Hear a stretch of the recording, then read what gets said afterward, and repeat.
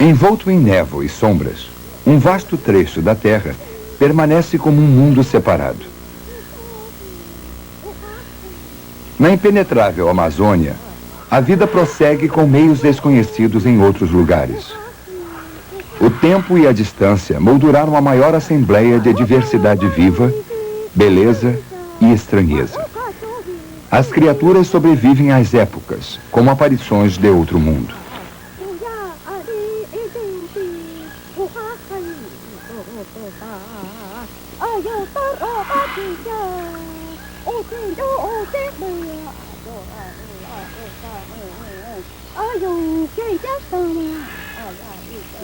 Cem milhões de anos de evolução produziram animais e plantas que são uma invenção elaborada. Porém, hoje em dia, a Amazônia está em perigo e, morrendo com ela, os únicos seres humanos que conhecem seus segredos. Diz uma canção indígena: quando você vai caçar na floresta perigosa, eu mando um passarinho para observar e para me dizer se você está bem. Agora, a própria floresta está em perigo. Os pássaros sumiram. Caçadores e caçados são seguidos por predadores que eles não podem compreender.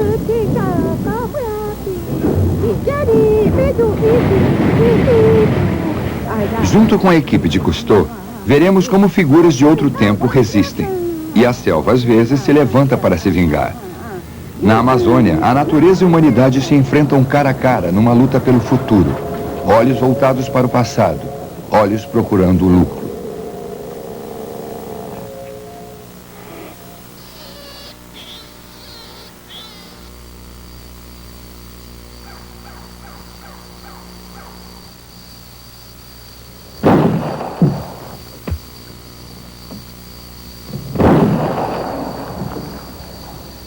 Numa distribuição Turner Filmes do Brasil, Cousteau na Amazônia. Versão brasileira Telecine.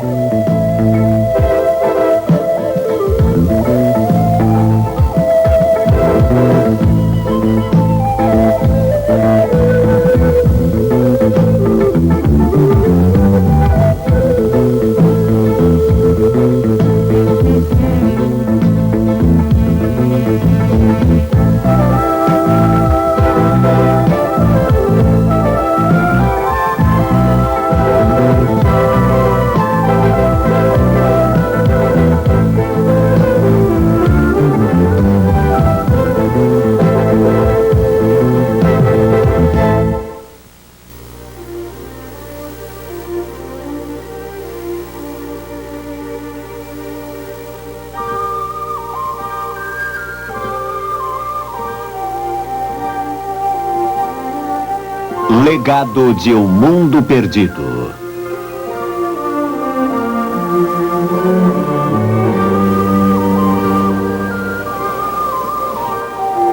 Navegando por um dos maiores rios da Terra, o Calypso entra num mundo engolido pela água, à deriva no tempo. O rio Amazonas atravessa uma selva quase tão grande quanto os Estados Unidos, levando em seu fluxo 1/5 de toda a água doce do planeta.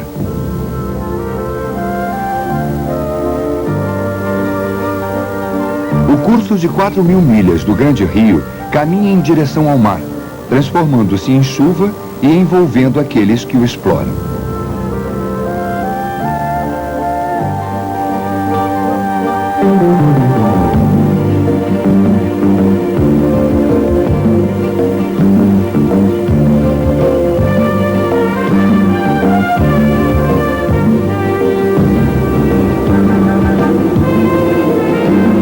Agora, o Calypso tenta penetrar no menos conhecido reino da Terra.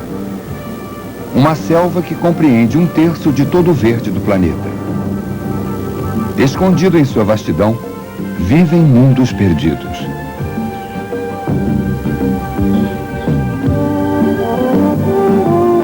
Para realizar sua mais desafiante expedição, a equipe de Cousteau utilizará vários meios de locomoção e comunicação.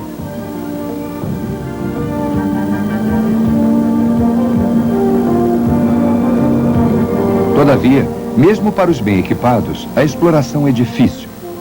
onde as condições são imprevisíveis, a selva fechada e as águas implacáveis, tudo combinando para desencorajar visitantes.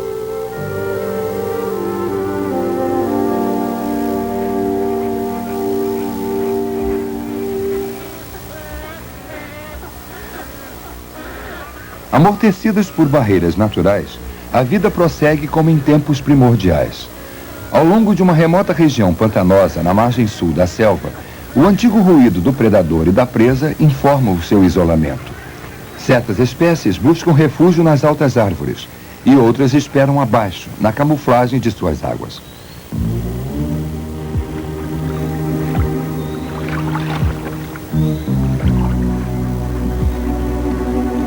Mas o terreno que acomoda a vida selvagem pode confundir os humanos.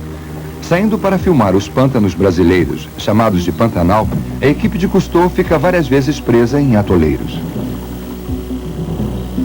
Tomando cuidado com jacarés e as piranhas, o mergulhador Javier Desmier e os companheiros Felipe Maurice e Araldo Palo lutam durante 3 semanas num pântano tão grande quanto o estado de Kansas, nos Estados Unidos. As poucas estradas que existem desaparecem na estação das enchentes.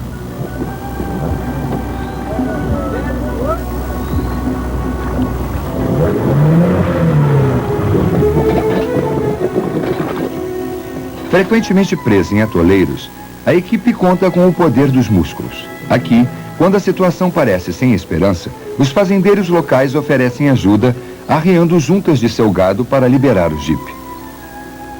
Onde a natureza arma ciladas para a maquinaria pesada e onde o combustível é escasso, os cavalos ou os bois são os únicos meios confiáveis de se viajar.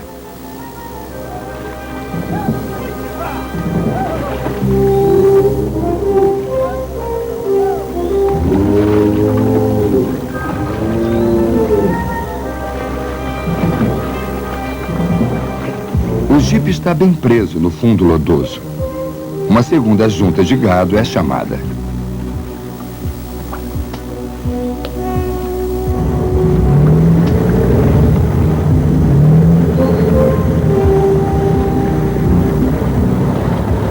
Finalmente, uma ferramenta neolítica com 10.000 anos salva uma máquina moderna e libera a equipe para ir além, no isolamento e no passado.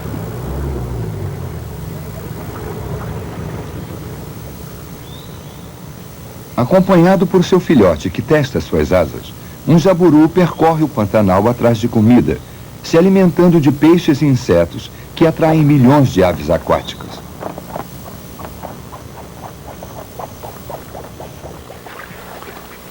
Para filmar a extraordinária vida das aves, a equipe segue a pé. Entra num mundo onde a luta pela sobrevivência é dramática e inflexível. Fazendo ninho em galhos altos, os pássaros adultos nutrem seus filhotes. Escondido abaixo dos jacintos, milhares de jacarés ficam à espera de filhotes que caem de seus ninhos ou erram o voo. Imóveis, os parentes do crocodilo, chamados jacarés no Amazonas, estudam sua presa. Quando um filhote de cegonha anda desajeitadamente perto da água, o jacaré sente uma oportunidade. Um espetáculo da natureza começa.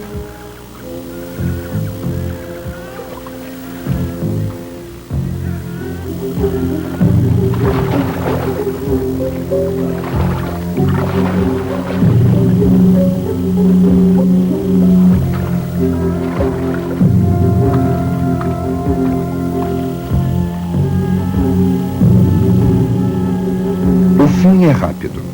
É uma parte da natureza.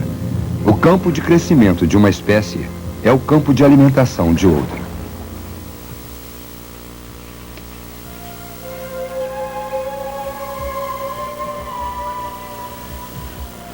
Enquanto Javier Desmier observa, um segundo filhote se aproxima da beira da água. A equipe observa, torcendo pela cegonha, relutando em interferir entre a sobrevivência e a fome.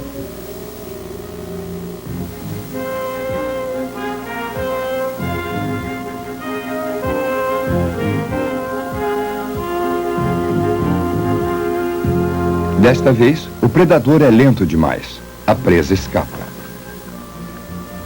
Notando que o filhote de garça caiu do ninho, Javier Desmier não pode resistir a uma breve intervenção no plano da natureza.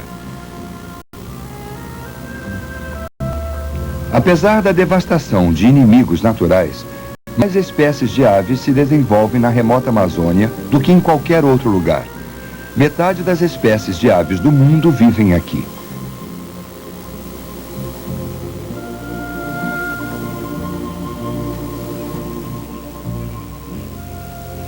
Durante a noite, a equipe de Cousteau vai tentar filmar uma cena raramente testemunhada.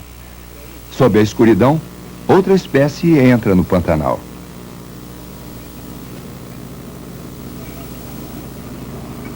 No pântano, caçadores perseguem jacarés ilegalmente, ouvindo o curioso barulho noturno dos animais.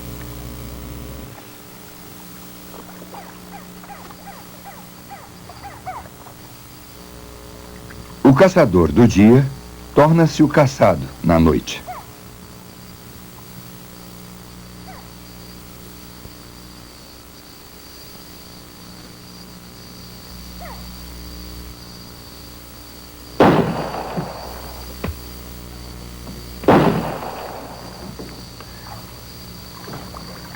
Apesar do número de jacarés haver diminuído e a caça estar proibida por isso, os caçadores insistem e querem somente a pele do flanco, que é disputada pelos que fazem artefatos com o couro.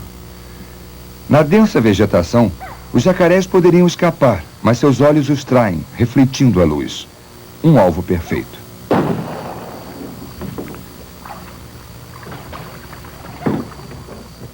Feridos, eles instintivamente mergulham, mas são rapidamente arpoados e depois descarnados com uma faca afiada.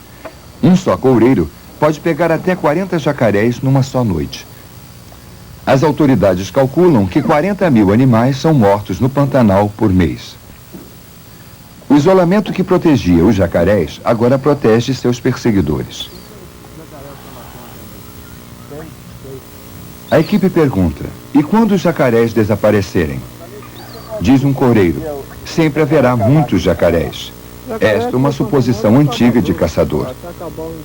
Vendida para os negociantes do mercado negro, cada pele lateral lhe renderá $1. Eles usam apenas a parte lateral do jacaré, que é a mais macia. O restante não é bom.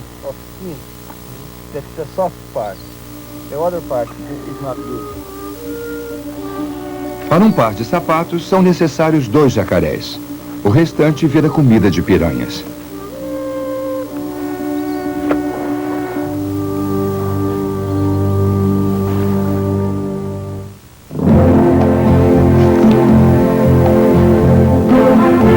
Ao longo do rio Ucayali, na Amazônia peruana, a equipe de Cousteau, numa balsa, atravessa um mundo de aparente serenidade.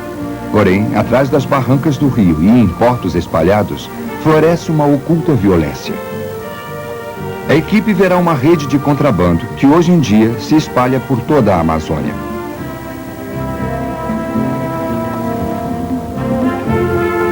Invisível por trás da parede da floresta, proliferam criaturas exóticas entre as árvores, como ornamentos vivos. Porém, enquanto povoados crescem ao longo do rio Amazonas, pessoas pobres descobrem que os animais valiosos da selva que os circunda podem se transformar em lucros.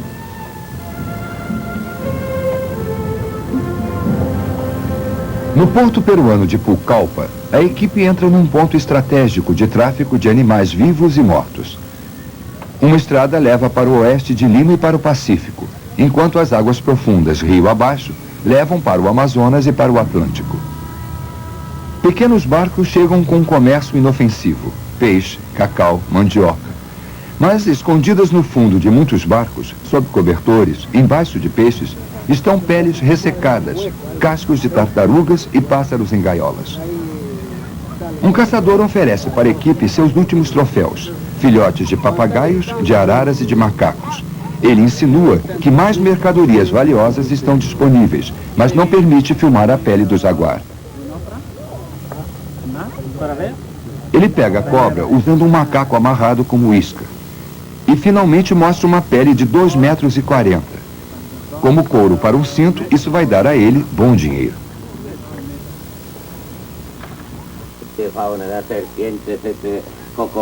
Numa casa em Pucallpa, Jean-Michel conhece um caçador lendário chamado El Barbón, que durante décadas supriu com milhares de animais compradores internacionais.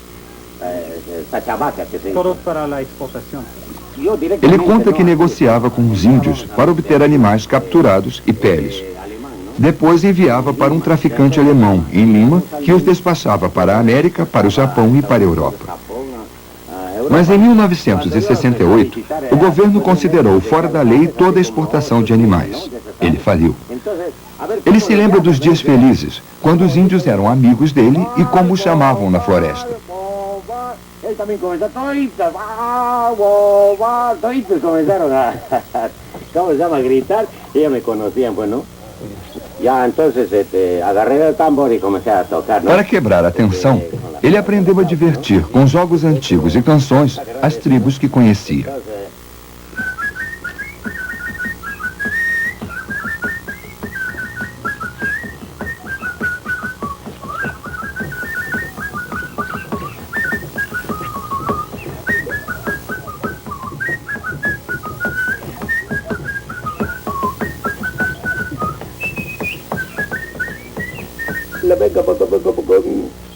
Ay, romántica. Muy simpática, sí.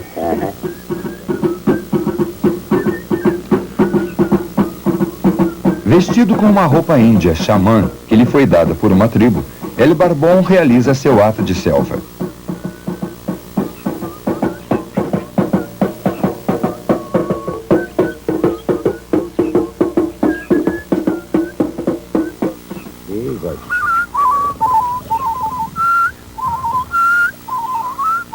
Ah, está muy bonito, ¿no? Ahí imagínate acá, en Pucallpa. Apesar de seu bom humor, os olhos do negociante estão cheios de melancolia. Ele passou toda uma vida caçando animais porque o mundo esperava por isso. De repente, a lei o pegou. Uma vida está presa num passado amargo, a outra num amargo presente.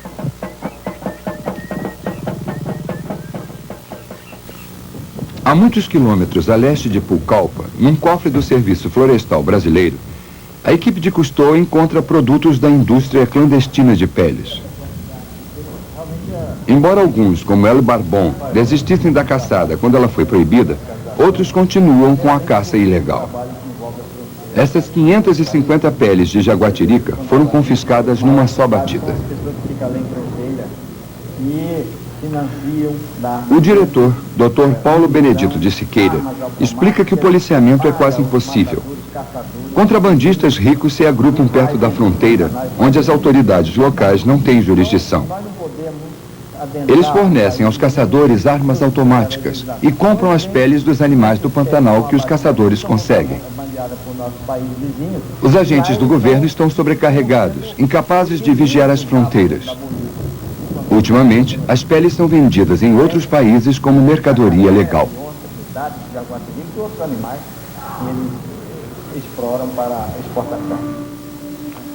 Paradoxalmente, tesouros inestimáveis, ocasionalmente interceptados, são perdidos para sempre. As peles devem ser queimadas, conforme manda a lei. Ao norte da Amazônia, no Brasil, no Lago Amana, a equipe de Cousteau junta-se a caçadores que procuram não vender uma criatura, mas salvá-la. Eles enfrentam o maior animal da Amazônia, o gigante que chamam de peixe-boi.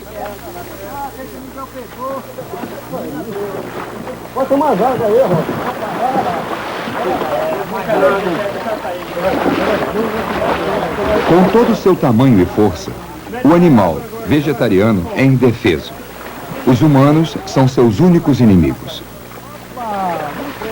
O peixe-boi, um mamífero que respira, se alimenta de plantas aquáticas em águas tranquilas por milhões de anos.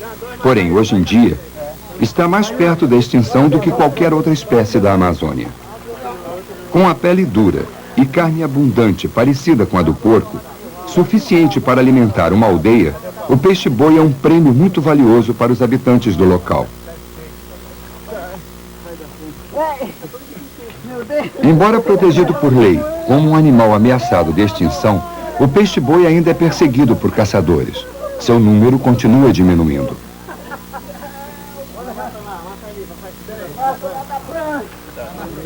Alarmados, um grupo de cientistas e pescadores se juntam para transferir o peixe-boi desta área, onde 100 foram recentemente mortos, para um lago e uma experiência engenhosa.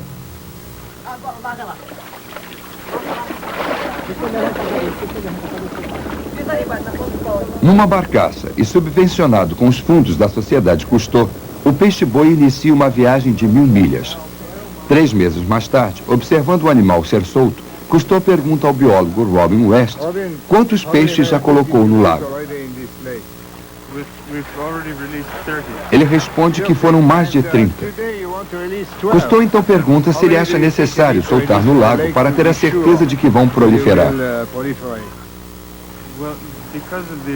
Robin afirma que, devido aos problemas de criação com pequenas populações, principalmente com espécies ameaçadas, ele precisa de mais de 50 animais.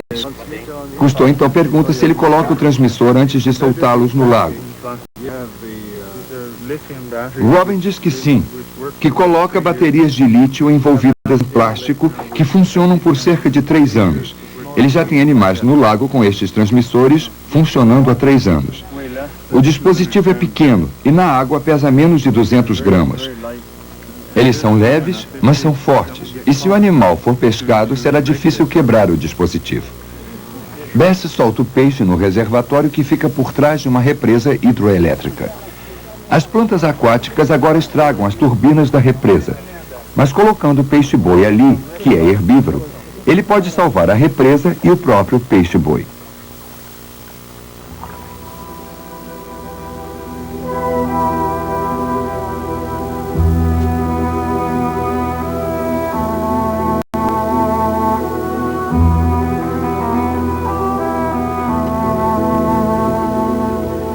Na sombria tristeza do pequeno lago, nasce uma esperança. Aqui, a inventividade humana vai revelar como vive uma criatura em extinção, a fim de que possa ser protegida.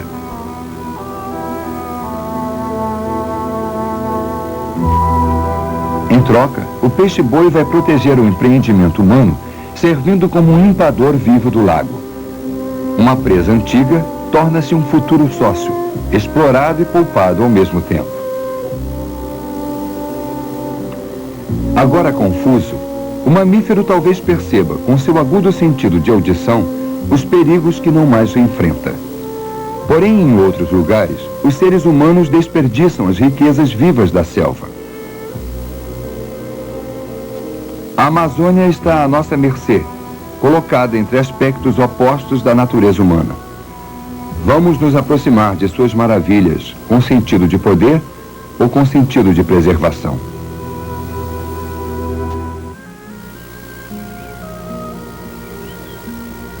Embora populações humanas invadam as margens do Amazonas, uns poucos locais permanecem escondidos, trancados no passado. Uma das últimas florestas não perturbadas é uma reserva protegida no sul do Peru, chamada Parque Manu. A equipe de Jean-Michel Cousteau veio aqui para explorar e documentar uma Amazônia intocada pelo mundo exterior. De um pequeno acampamento de base, eles realizam idas diárias pela floresta. Entre as sombras, eles encontram animais caçados incessantemente em outros lugares e que gradualmente vão se extinguindo.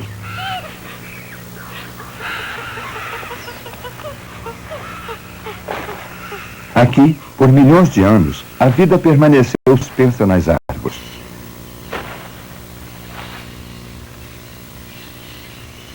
Nas copas, muitos animais passaram suas vidas acima do solo, cada um resolvendo os mistérios da sobrevivência de sua própria maneira, alguns menos decisivos que outros. A parte superior das árvores fornece comida para os famintos e refúgio para os fracos. Talvez o mais estranho dos habitantes das árvores, a preguiça de 3 dedos, move-se vagarosamente entre as folhas que ela come, dormindo 16 horas por dia e descendo uma vez por semana para defecar na base da árvore, e assim fertiliza o que ela mesma come. A preguiça desaparece na camuflagem. Cousteau se lembra do que um índio lhe disse: a selva tem mais olhos do que folhas. Alguns animais evitam as árvores e pastam abaixo delas. O tapir do Amazonas é o maior animal da floresta, porém um vegetariano inofensivo.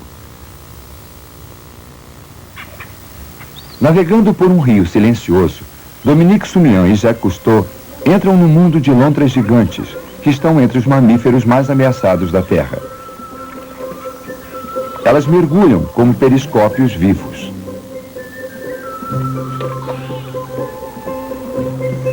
Elas vêm à superfície para comer e depois brincam como crianças. Tornaram-se alvos fáceis dos caçadores através dos anos. Elas sobrevivem agora em apenas alguns locais.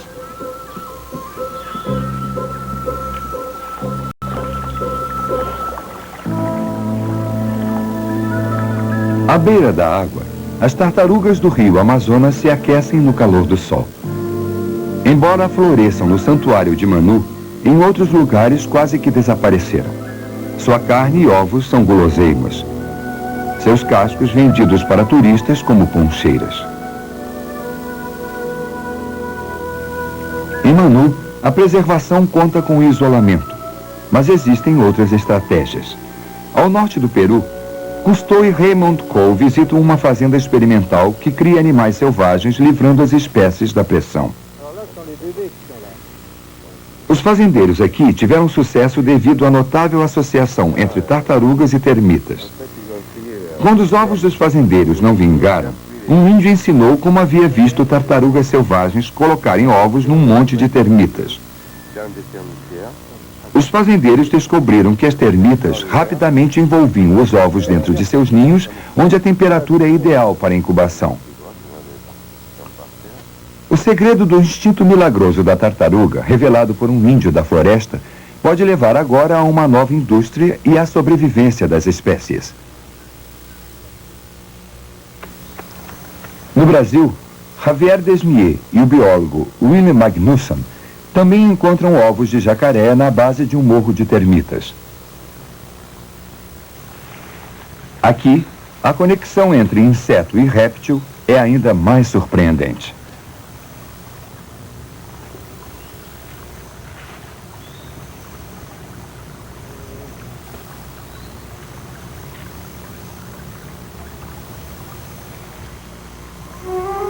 Sob seus olhos, começa uma vida.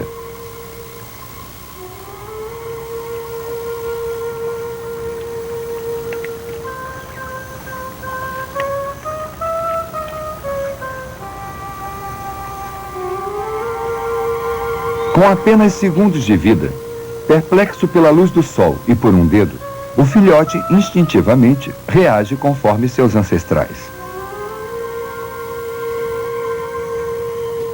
Estudos de Magnussen e de outros descobriram o mistério.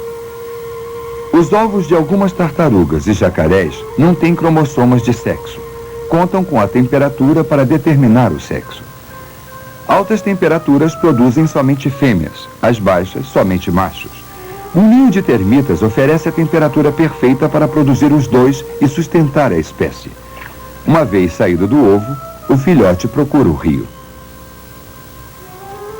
Embora o instinto agora o guie para a água, um dia pode trazê-lo de volta, cheio de ovos, para um monte de termitas.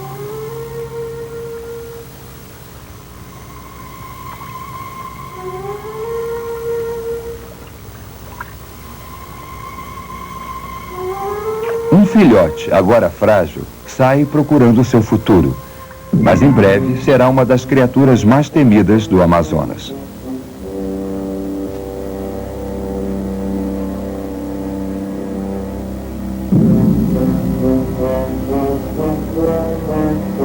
Nas ameaçadoras mandíbulas do crocodilo, a humanidade há muito viu a natureza cheia de perigo.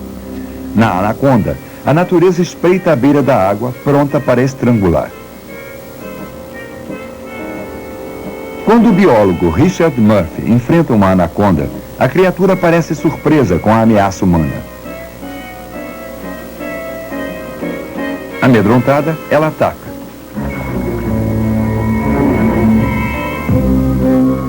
Depois vai embora. A maior cobra do mundo, a anaconda, captura não com veneno, mas com músculos poderosos que circundam e sufocam a presa.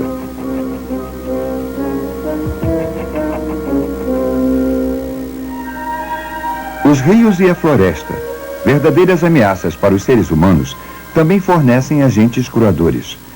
Conhecida apenas pelos índios, que aprenderam seus segredos através de milhares de anos, a selva esconde uma vasta farmácia. Porém, o conhecimento da floresta, como o da vida selvagem, está desaparecendo.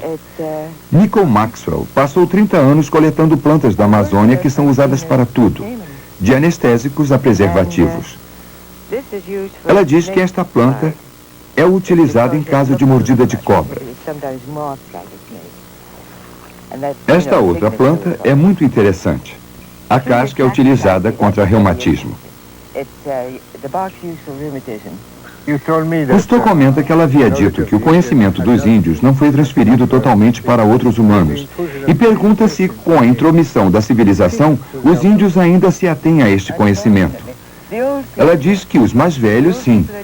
Mas, infelizmente, os mais velhos estão morrendo e os jovens parecem ter vergonha de saber. Eles não querem aprender sobre plantas, sobre os remédios de seus pais. Eles querem os remédios que vêm em caixas, como os que os homens do petróleo e os construtores de estradas têm.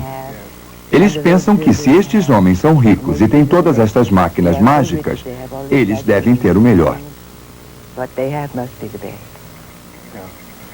Cousteau pergunta se o que estão testemunhando é a morte de uma cultura. Ela diz que sim, de muitas culturas, porque cada tribo tem uma farmacopeia diferente. Eles não contam uns para os outros. E assim, está tudo sendo perdido. Na Amazônia colombiana, um índio xamã canta para a floresta. Procura nela tanto um cipó como uma espécie de inseto que ele usa para curar mordida de cobra. Um jovem foi mordido por uma cobra venenosa, enfrentando talvez a morte. Começa o ritual de cura com um pó de coca, um estimulante suave aqui, porém em outros lugares processado em cocaína. As vespas encontradas após 1 hora de buscas são presas numa bola de cera.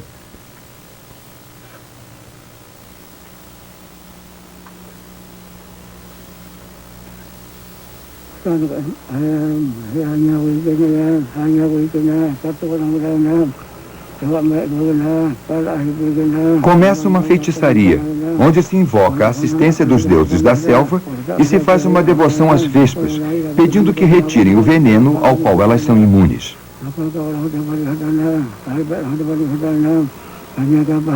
A vítima está com dor, sua perna inchando muito.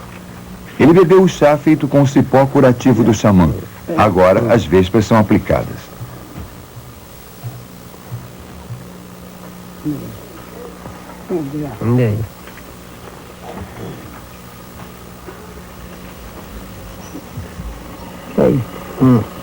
No dia seguinte, o paciente está vivo e se sentindo melhor.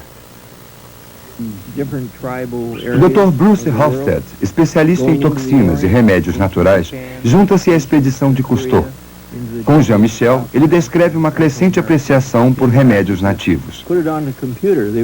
Diz que está encontrando uma impressionante relação entre a medicina tradicional e a medicina da selva, com ervas e plantas medicinais, que agora é capaz de relacionar as ciências analíticas modernas com a medicina natural. With analytical chemistry, pharmacology, in other words, the modern analytical sciences. And the correlation is surprisingly high. Jean-Michel comenta então que existe um grande problema. O modo de vida dos nativos está sendo totalmente destruído pelo nosso conhecimento moderno. Dr. Bruce diz que não está apenas sendo destruído, mas que a parte mais triste é que os índios estão perdendo sua cultura e cada vez mais saindo e comprando remédios. Eles compram quantidades inadequadas. Eles não entendem a dosagem da medicina moderna. Uma grande honra agora é oferecida à equipe. Ela é convidada para uma viagem até uma habitação de um lendário xamã amazônico. A equipe de Cousteau penetra na antiguidade. Jean-Michel se lembra do que disseram no Rio. O forasteiro não conhece nada da selva. O índio conhece tudo.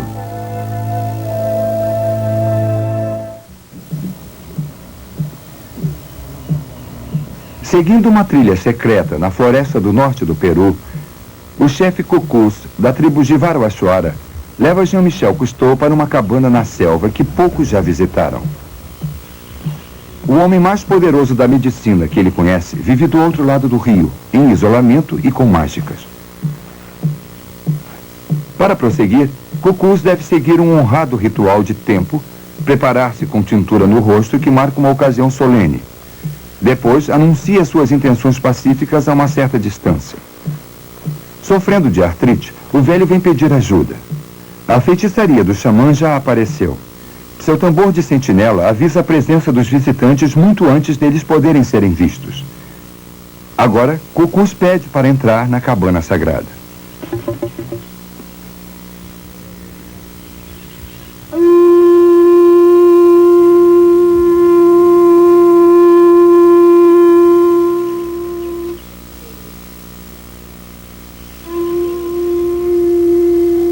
Para os nativos do Amazonas, a floresta é assombrada por espíritos. Em elaboradas saudações, a desconfiança lentamente retrocede.